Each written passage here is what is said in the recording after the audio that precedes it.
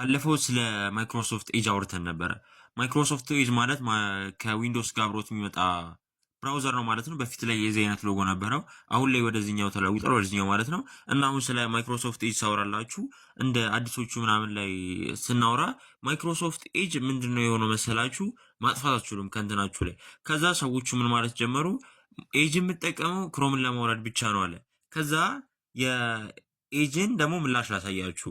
ኤጅ ደግሞ እዚህ ጋር ምላሽ ሲሰጥ ምን አለ? ክሮምን ላውርድ ምናምን ብላችሁ ስጽፉ ኦል ዩ ኒድ ኢዝ ሂር ይላል። የምትፈልጉት በሙሉ አለ እያለ ነው ማለት ነው በሌላ ቋንቋ። እና እንደምታዩት ነው እዚህ ጋር ኦል ዩ ኒድ ኢዝ ሂር ይላል። ከዛ እዚህ ጋር እንደምታዩት ነው እንግዲህ በዚህኛው በኩል እዚህ ጋር ኤጅ አለ፣ ከዛ እዚህ ጋር ክሮም አለ፣ ከዛ የእነሱ መሆኑን ምናምን የሚገልጽ ነገር ነው ያለው እና ከሚሙ ጋር ማይክሮሶፍትም አብረው እየሄደ መሆኑ ነው የምናየው ማለት ነው። እና ይሄን ያህል ነው ኤጅ ሰው ያስጣለው ማለት ነው። ላይክ እንደዚህ እስከ ማለት ድረስ እኔ ማወርደው እዚህ ጋር የዚህ ጋር ራሱ ተጽፏል። በቃ አልፈልግም የማለት ጥግ ይሄ ነው ይላል።